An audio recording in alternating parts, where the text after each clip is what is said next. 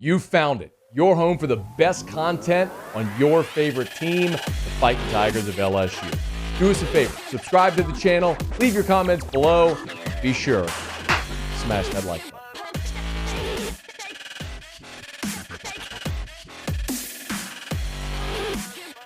LSU announced an additional opponent to their non-conference schedule. Now, all of these announcements like this become even more interesting considering the current landscape of college football and the evolving landscape of college football, because we know Texas and Oklahoma are coming into the league in 2025, perhaps sooner, and the SEC schedule format is very likely going to change and very likely expand from its current 8 games to 9 games.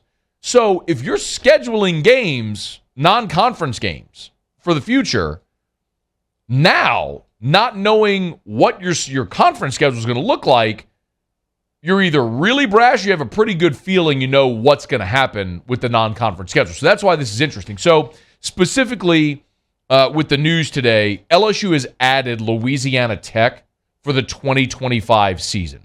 This would be the home opener. So in 2025, LSU opens the season on the road at Clemson. So they will open at Clemson, then come home against Louisiana Tech. That's how LSU will open, is scheduled right now to open the 2025 season. What's noteworthy, 2025, you will have minimum a 16-team SEC that includes Texas and Oklahoma.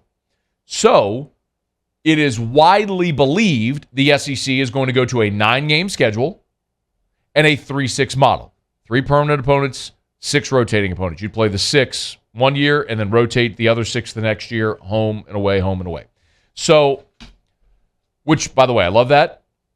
You maintain the ridiculous rivalries that some of these foolish schools care so much about.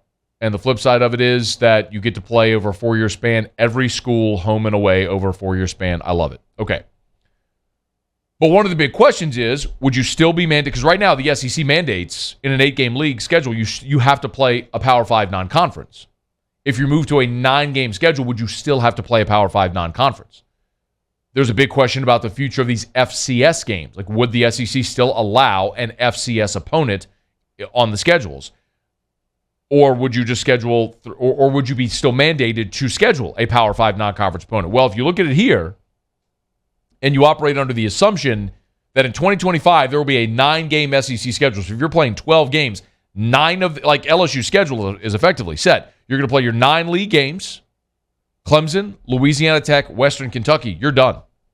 So, again, we're reading the tea leaves a little bit here, but what's interesting is essentially this means you're keeping your Power 5 non-conference opponent. So you'd play 9 conference games and a Power 5 non-conference opponent. So that would be 10 Power 5 games of the 12.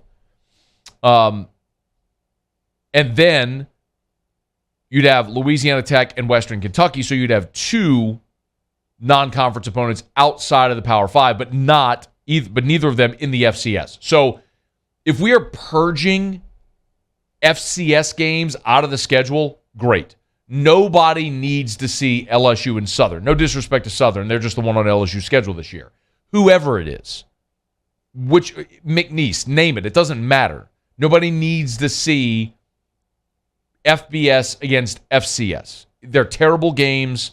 They're a complete money grab. All this non-conference foolishness is nothing but a gate receipt and money grab, and it's awful. I would love to get rid of that.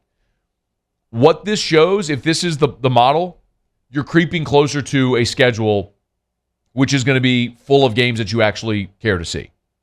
9 conference games, a Power 5 non-conference opponent, 10 of the 12 would be Power 5 opponents.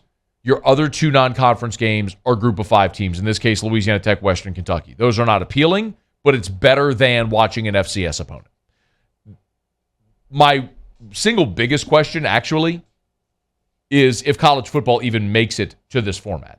Like, ultimately, with the power move that the SEC made last year, adding Texas and Oklahoma, and now with the Big Ten's counter in adding UCLA and USC, something else is coming. Like if you rewind the clock 10 years, when that big realignment happened, when Nebraska in Maryland went to the Big Ten, and Colorado and Utah went to the Pac-12, and Texas A&M and Missouri came to the SEC. Well, the first move started the shuffling of the deck.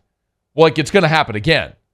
You've had Texas, Oklahoma. Now you've got USC, UCLA. Well, the Big 12, the Pac-12 has told you they're exploring expansion options. The Big 12 is welcoming in BYU, Houston, Cincinnati, UCF. By the way, do you think they regret that now?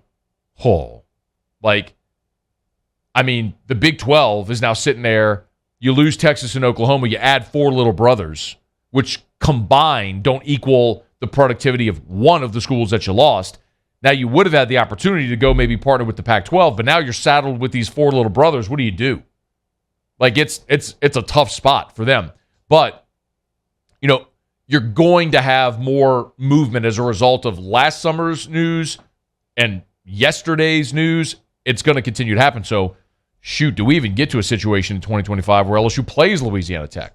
Or does the one college football thing that I keep talking about, call it whatever you want, or is that in place already? 2025 may be premature.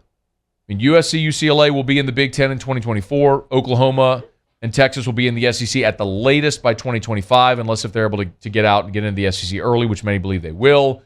At that point, you're going to have an expanded college football playoff, undeniably. When that schedule ends, if not before, do we even see a schedule like this? Does that Louisiana Tech game here ever get played? Does LSU ever go to Clemson and play the game in 2025?